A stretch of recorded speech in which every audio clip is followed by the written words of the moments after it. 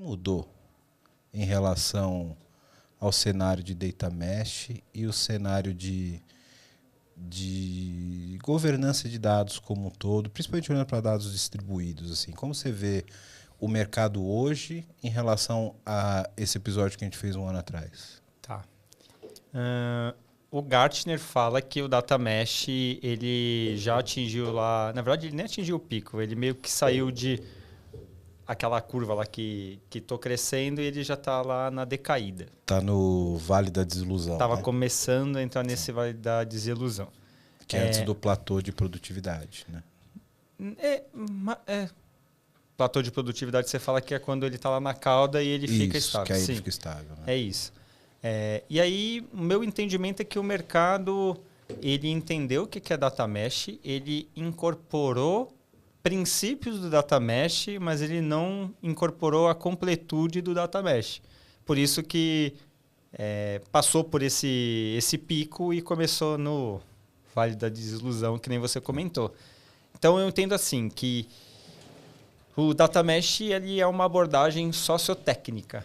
A galera Cara, implantou... eu gostei dessa palavra sociotécnica. Pois é, então. Mas só que a parte técnica do data mesh, ela, se você for pensar, ela fala o óbvio.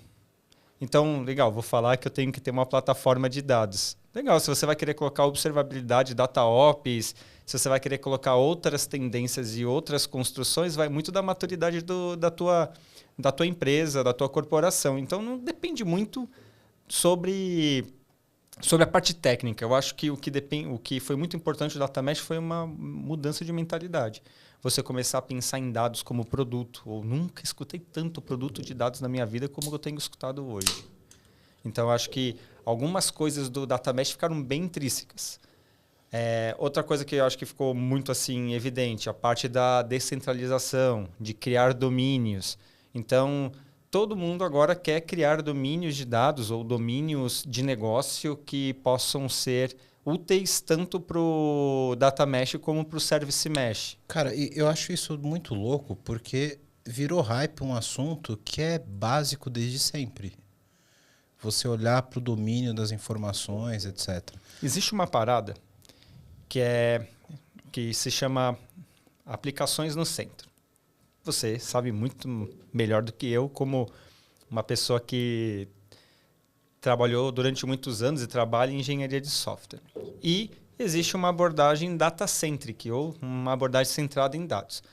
O que eu, assim, óbvio, não consigo definir que é isso ou não, mas eu entendo que quando a gente começou a desenvolver muitos os sistemas, e isso começou a ser muito importante, isso tirou um pouco dessa necessidade de pensar um pouco antes de construir a aplicação.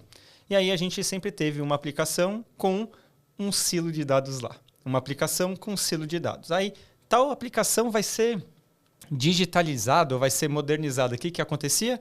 Joga tudo fora, cria algo do zero novamente. Moral da história, eu fico com um monte de aplicações sem nenhum tipo de monitoramento, sem nenhum tipo de gerenciamento, um monte de dados espalhado e eu acabo gastando um montante de dinheiro gigantesco com integração de dados, porque você tem que levar os dados de um sistema para outro, precisa trafegar, você tem um custo enorme de infra, porque você fica com medo de jogar fora aquela coisa ultrapassada, e você tem uma dificuldade tremenda de você fazer análise, porque as coisas não se conversam, não existe uma sintática, uma semântica que você consegue conectar as coisas.